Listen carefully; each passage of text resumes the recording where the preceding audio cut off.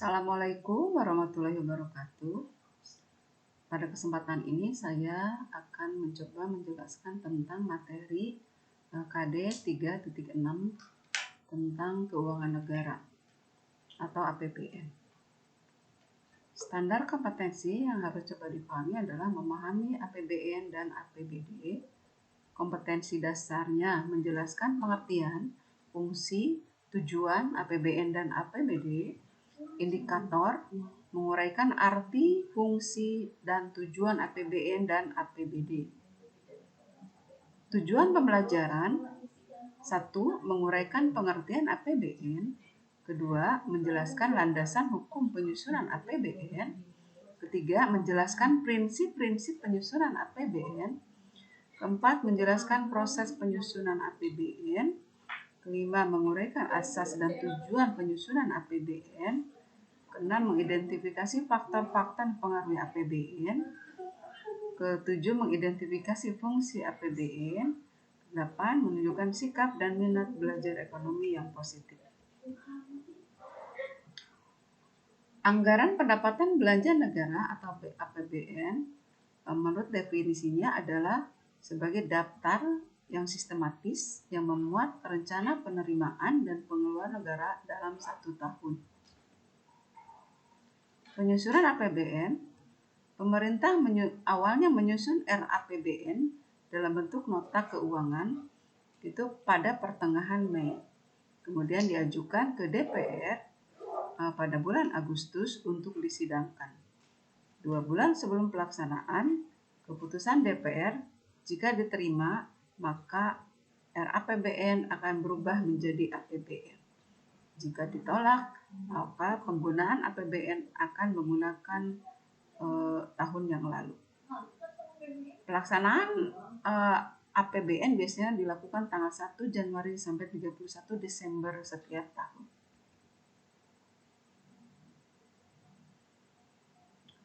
Asas dan tujuan APBN. Untuk asas penyusunan APBN pertama adalah kemandirian. Kemudian yang kedua, penghematan dan peningkatan efisiensi produksi. Yang ketiga adalah penajaman prioritas pembangunan. Sedangkan untuk tujuan penyusunan APBN adalah mengevaluasi kinerja pemerintah, memberi arahan atas fungsi yang diemban, kemudian sumber data yang akurat, dan pertanggungjawaban pemerintah. Prinsip penyusunan APBN pertama adalah intensifikasi penerimaan anggaran dalam jumlah dan kecepatan penyetoran. Kedua, intensifikasi penagihan dan pemungutan piutang negara. Ketiga, penuntutan ganti rugi atas kerugian yang diderita oleh negara dan penuntutan denda. Asumsi yang mendasari penyusunan APBN adalah 1. Produk domestik bruto dalam rupiah. Kedua, pertumbuhan ekonomi tahunan.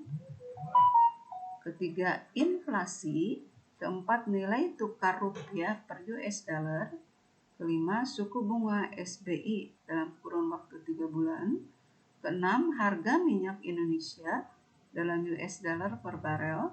Ketujuh, produksi minyak Indonesia per barel per hari.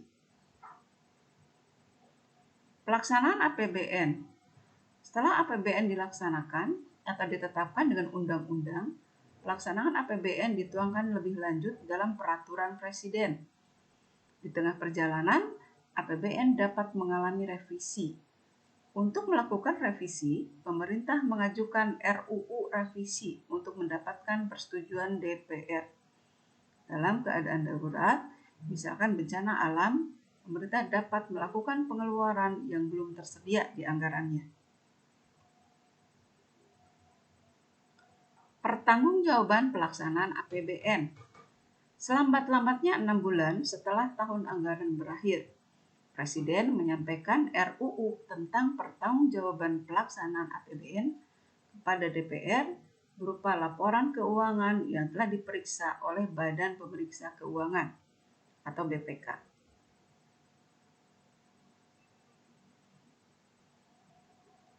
Fungsi APBN. Fungsi APBN ada beberapa macam, Pertama adalah fungsi otorisasi, yaitu APBN menjadi dasar untuk melaksanakan pendapatan dan belanja negara pada tahun yang bersangkutan, sehingga dapat dipertanggungjawabkan. Kedua, fungsi perencanaan menjadi pedoman bagi negara untuk melakukan kegiatan sesuai dengan yang telah dianggarkan. Yang ketiga, fungsi pengawasan untuk menilai apakah penyelenggaraan pemerintah sesuai dengan anggaran yang telah ditetapkan atau tidak. Fungsi alokasi diarahkan untuk mengurangi pengangguran, pemborosan sumber daya, dan peningkatan efisiensi dan efektivitas perekonomian. Selanjutnya, fungsi distribusi digunakan untuk memperhatikan rasa kepatutan dan keadilan bagi seluruh rakyat. Yang terakhir adalah fungsi stabilisasi, alat untuk memelihara dan mengupayakan keseimbangan fundamental perekonomian. Sumber-sumber pendapatan negara terdiri atas 1.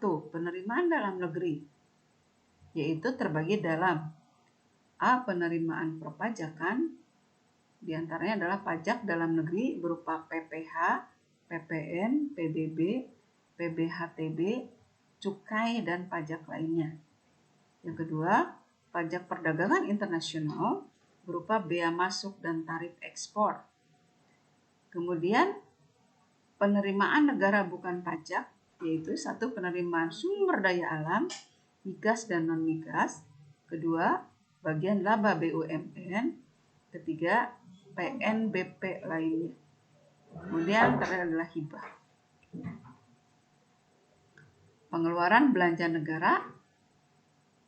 Pertama adalah belanja pemerintah pusat, terdiri dari belanja pegawai, belanja barang, belanja modal, belanja sosial, belanja hibah, pembiayaan bunga utang, subsidi BBM dan subsidi non-BBM, dan belanja lainnya. Sedangkan belanja daerah dibagi ke Pemda untuk masuk ke pendapatan daerah. Pertama ada dana bagi hasil, kedua dana alokasi umum, ketiga ada dana alokasi khusus, dan keempat ada dana otonomi khusus. Pembiayaan negara meliputi pembiayaan dalam negeri, di antara adalah pembiayaan perbankan, privatisasi, SUN, serta penyertaan modal negara. Sedangkan yang kedua, pembiayaan luar negeri meliputi penarikan pinjaman luar negeri, di antaranya pinjaman program dan pinjaman proyek. Kemudian pembayaran cicilan pokok utang luar negeri terdiri dari atas jatuh tempo dan moratorium. Dampak APBN dan APBD terhadap perekonomian. 1. Kegiatan pembangunan akan menjadi lebih terarah. Kedua, meningkatkan hasil-hasil pembangunan secara berkesinambungan. Ketiga, mempercepat pemulihan ekonomi dan memperkuat landasan pembangunan berkelanjutan dan berkeadilan. Keempat, meningkatkan pembangunan daerah. Terima kasih, demikian yang bisa saya sampaikan. Semoga ada manfaatnya. Wabillahi taufiq wal hidayah. Assalamualaikum warahmatullahi wabarakatuh.